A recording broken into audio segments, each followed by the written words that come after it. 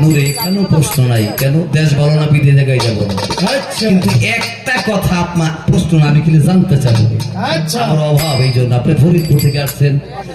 একটা সন্দেহ শুনলাম নবীর সাথে কোরআন খানি ললাটে নুরানি শাহাদাতের বাণী নবীর ঠোঁটের উপরে বলছে না বাবা?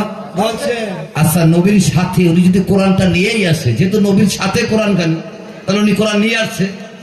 আমার একটু জানার বিষয় সরকার আপনার কাছে, উনি যেহেতু কোরআনটা নিয়ে আসলো, তাহলে হেরা পর্বতের গুহায় আবার জিবরিল আল্লাহ রসুলের কাছে কোন কোরআনটা নাজিল করলো? কথা বুঝেন? হ্যাঁ বোঝা যায়?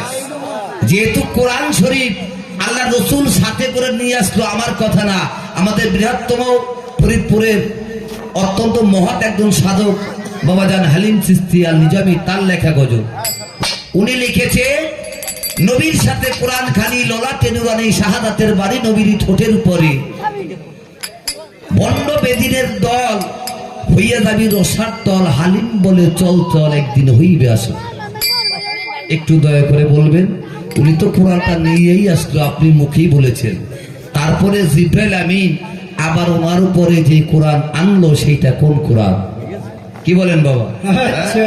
আমি এই পেঁয়াজ দিব না যে হেরা পর্বতের গুহায় সূরা আলাক নাজিল হইছে নাকি, এটা কোরআনে নাই, কেন ওই পেঁয়াজের প্রয়োজন নাই। আচ্ছা, কারণ সূরা ফাতিহার হলো 7টা নাম, তার মধ্যে একটা হলো উম্মুল কোরআন, যেটাকে বলা হয় কোরআনের জননী। তাহলে ওখানে কোনো আমার আলোচনা নাই। আপনি একটু দয়া করে বলবেন উনি কোরআন নিয়ে আসছে, এরপর ওনার উপরে কোন কোরআনটা নাজিল হইল, এইটা একটু আপনার কাছে জানার বিষয়।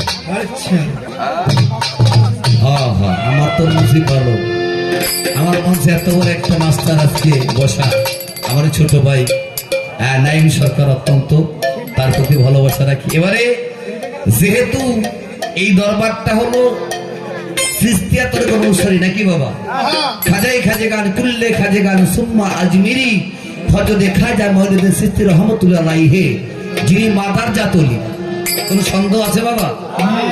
যাকে বলা হয় আত্মাই রসুল, রসুলের আত্মার মানুষ। কিভাবে?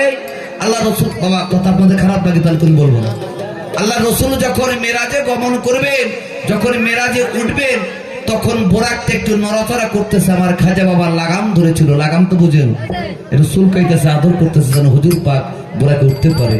তখন আমার রাসূল চেয়ে দেখলেন যে এটা আসলে একটা রুহু, একটা মানুষ।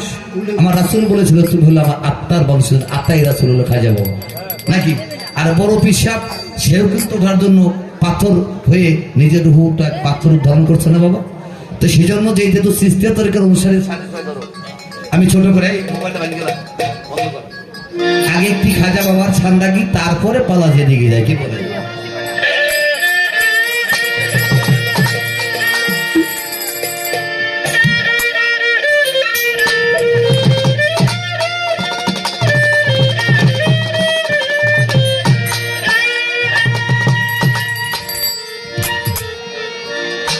আমার দয়াল খাজা ভক্ত কুলের রাজা, গাইব তোমার গুণগান।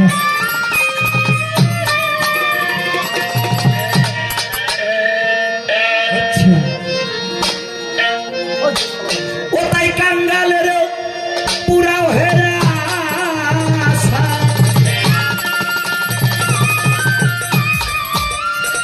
ইব্রাহিম চিশতি বাজার এই ভক্তদের